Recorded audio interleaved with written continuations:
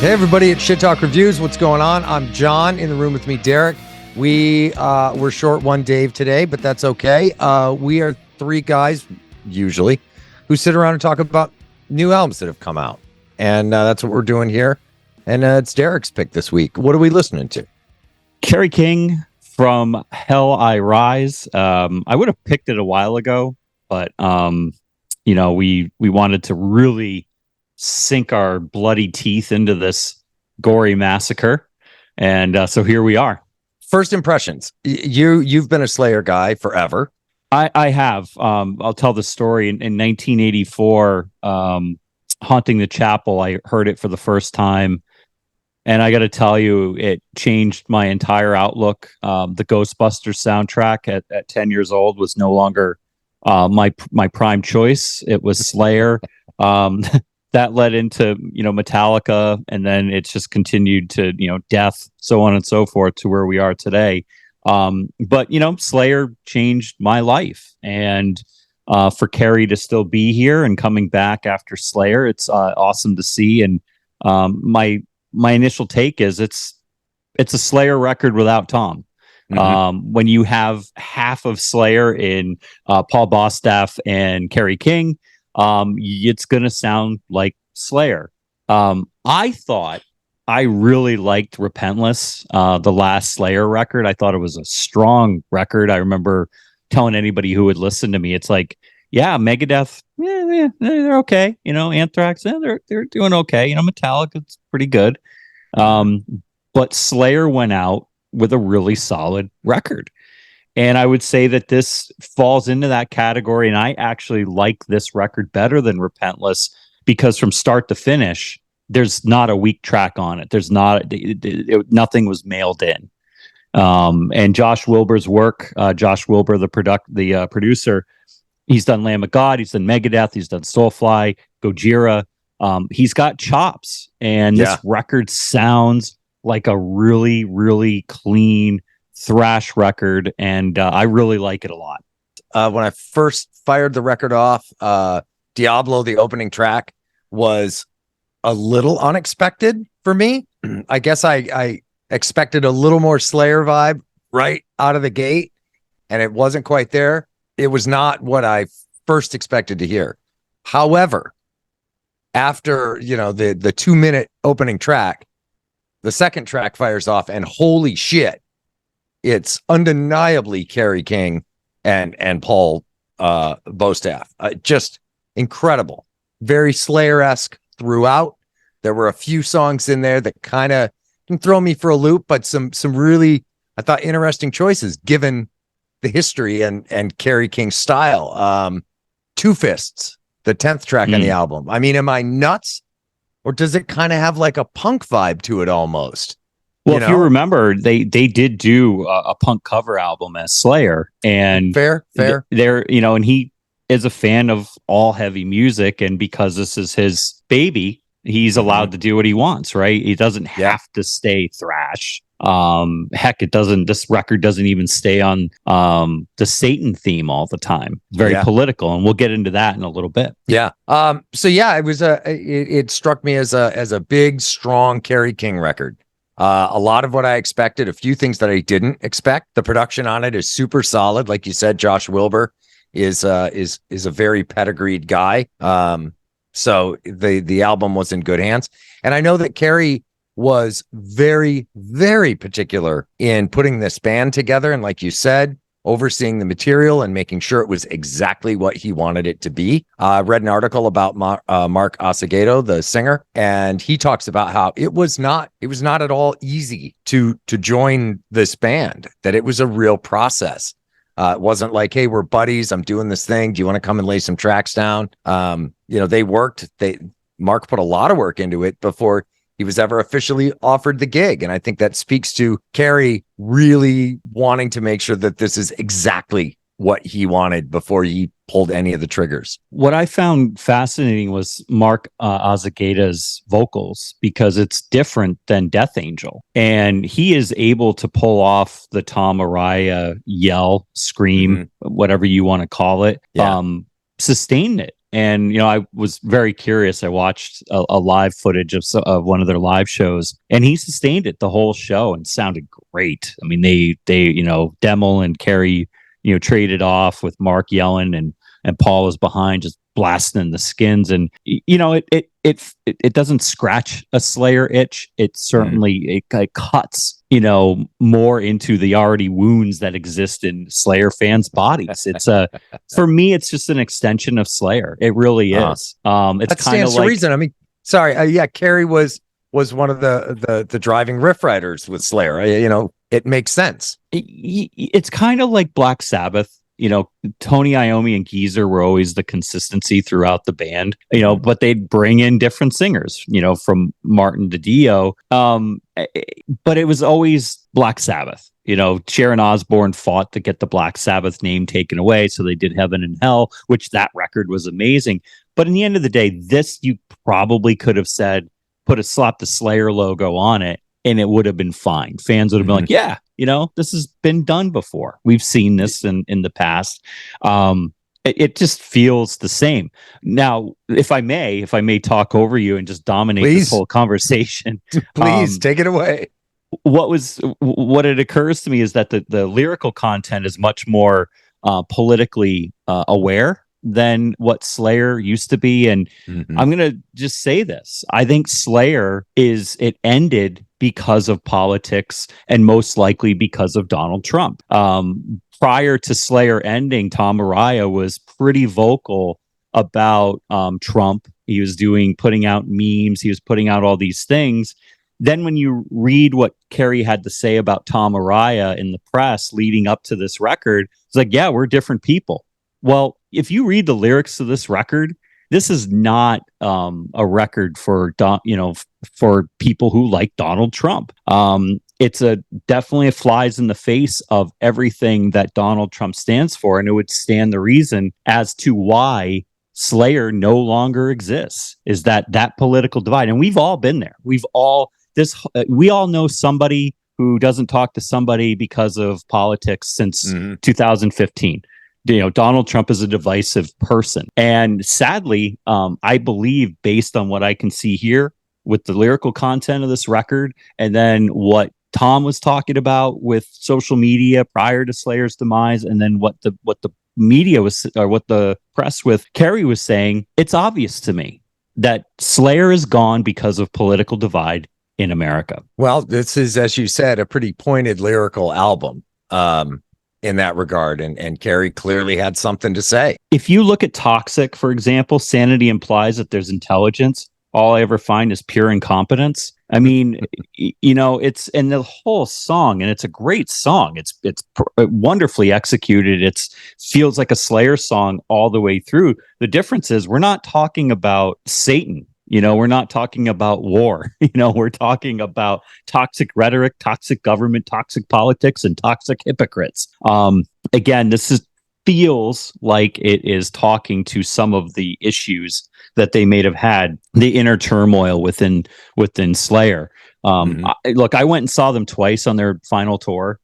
You would have never known they were professionals. They went out and killed it every single night. But people do, they go their separate ways. I recently had to cut ties with a friend since third grade. We just don't see eye to eye. It happens, especially when you get older. And I think that's what certainly happened here. Yeah, well, political views aside, sometimes the friendships they wear out, they get thin. And those guys had been a band for 43 years, was it? Something like that. And that's a lot of time to spend together. And then you throw in political discord, and but it's an unfortunate reality. Yeah, Trophies of the Tyrant is an absolute grooving. I think it's just an epic, one of the most perfect songs on the record. And there's a lot of political themes in there that it's obvious to me what side of the fence Kerry and obviously boss staff, I'm not going to put words in his mouth, are on. So it is an interesting record. I love it. Lyrical content aside, I wish that bands didn't get all that overly political, but the reality is that sometimes political angst creates the best art in the world. Mhm. And in this case, this was a really, really good politically charged thrash record that has a lot to say. And I'm happy that they did it. Yeah, I would say angst in general can create great art. And again, given the times that we're living in right now, God, there is a lot of angst about a lot of shit. So Sure is. yeah, there's plenty of fuel for it. Well, we try to stay out of it, and but Mhm. and you and I talked prior to the podcast. If we didn't bring this up and we didn't bring what is out there in the press, we're not doing our jobs, right? We're not taking sides either way. Tom's not right. Kerry's not right. Just the reality is that there is a divide between the two of them that they obviously have a hard time getting over. They can't get in a room and get on the same page. Can they get on stage and go play a Slayer concert for a shit ton of money? Yes, they can, and they're doing that. There's a few shows that they have coming up. They'll get through their, political divide. But, I feel like Slayer, if there wasn't some kind of a political angst, probably would have continued on. But like a lot of things that's happened since 2015, words matter. Right? Yeah. From leaders of a country. And the leader of the country for a short time said some really hard things that people take to heart, and they feel it. They feel it. And you can feel that in this music. I felt it right away. And I knew exactly what was being talked about. And you don't have to be a fan of Trump, and you don't have to dislike Trump to like this record. It's just a great record all around. If you can put the political part of it aside, this is a solid ass thrash record. Half of Slayer is proving that if Slayer had chosen or were able to continue working together, that they would have still been putting out good stuff. Yes, absolutely. So, any standouts on the record for you? Yeah, I really like Idle Hands. I know Idle Hands was a track that was left over from Repentless, and he reworked it. Kerry reworked it. I love doing the devil's work. I mean, when Mark screams that and it kicks in, I find myself driving down the road going way, way too fast. Residue is politically charged. It's a banger. Trophies of the Tyrant. I love the groove on that thing. I mean, that thing is one of my favorite tracks. Crucifixion, fantastic. And then Crucifixation. Yes, I apologize. Yep, good catch. But those are the ones that stood out. But I really like everyone, like Shrapnel. I was in the car with my son, and he's just sitting in the back. I looked in the rearview mirror, and he's just bobbing his head to Shrapnel. And it's like, how do you not? Rage is just a rager. Makes me want to go back to college and start throwing kegs around, and having like muddy fights out in the woods, and having bands come out and just throwing an amp down and ripping it up. I mean, that's what we did in Vermont. Just make sure you put your back brace on, take a couple of aspirin before and after, you'll be all right. I'm still ready. This record From Hell I Rise, it makes me want to to do some bone crushing. I'm still young. I'm still ready. I still feel like when I was 10, hearing Haunting the Chapel for the first time. Nice. Well, my standouts are Residue. Again, we share a lot of them on this. Idle Hands, I think, is fantastic. It's a ripper. Mark's vocals are great on it. He is a great singer.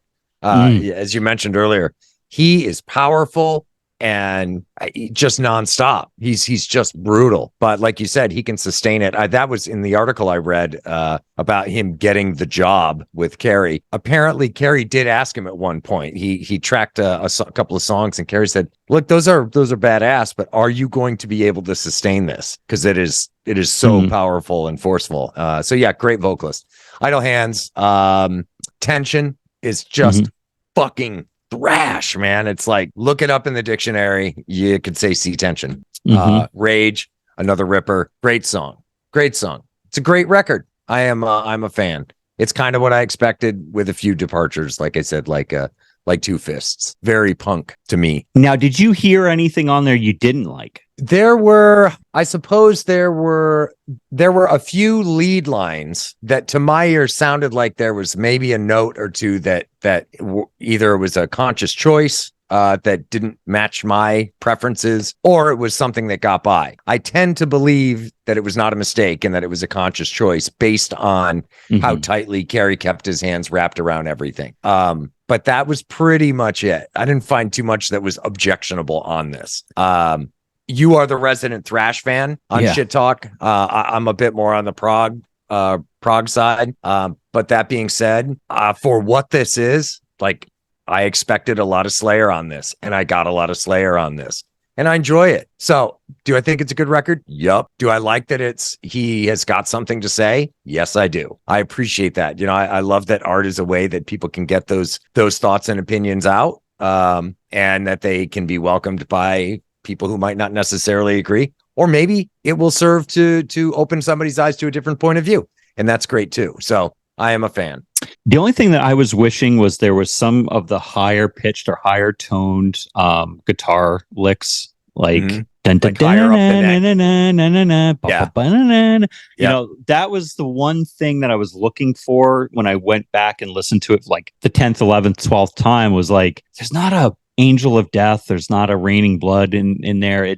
But that's a minor gripe, because all the way through I like every song on the record. You know, it's interesting that you say that specifically about like one of those trademark Slayer riffs that you were hoping for. There were a couple in there that I thought, now this feels very much like I'm just waiting for Tom's voice to come through here. So you are a bigger Slayer fan than I, admittedly. So interesting that we both might hear the same thing through slightly different lenses. But yeah. Well, what we got to put numbers on it. What's your number? Yeah, I it's 9 all day for me. I mean, I will listen to this. It falls into the same, bucket with Slayer for me, and I listen to a lot of Slayer in my life. So this is going to just slide in there for me. It's an extension of Slayer. It's another Slayer record, just with a different singer. Yeah. I gave it an 8.5. I probably could go a little higher than that and be pretty comfortable with it. It's a little outside of my chosen lanes that I stay in because I'm closed-minded and you like what you like, man. Yeah, and I like what I like. But I think it's well done.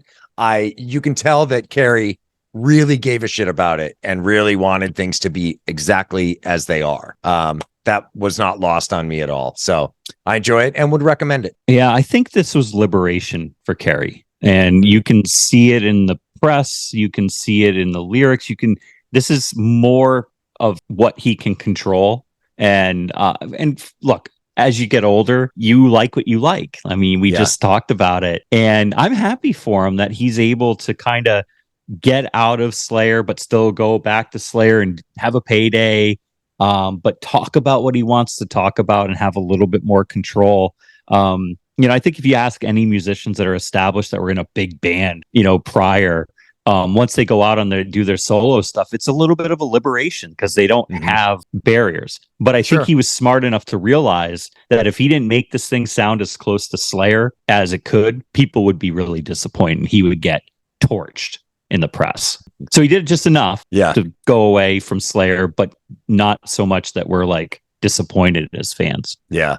Well, it's solid stuff, and I enjoyed listening to it, and look forward to whatever the next album is. We'll have David back next time around, and it's his pick, so we'll know sooner than later, I expect, what we're going to be talking about. I hope it doesn't suck. It won't. I mean, the worst we've gotten to so far, I think, was maybe 5s. We rated 5s for an album, and that was my pick. So hey, that's true. Yeah, that's right. If you're still with us, if you've made it this far, we appreciate you hanging around. If you, if this sort of thing appeals to you, hit the subscribe button and the bells and the likes and all that. We appreciate it, and we will see you next time, good sir. Do the devil's work. Later.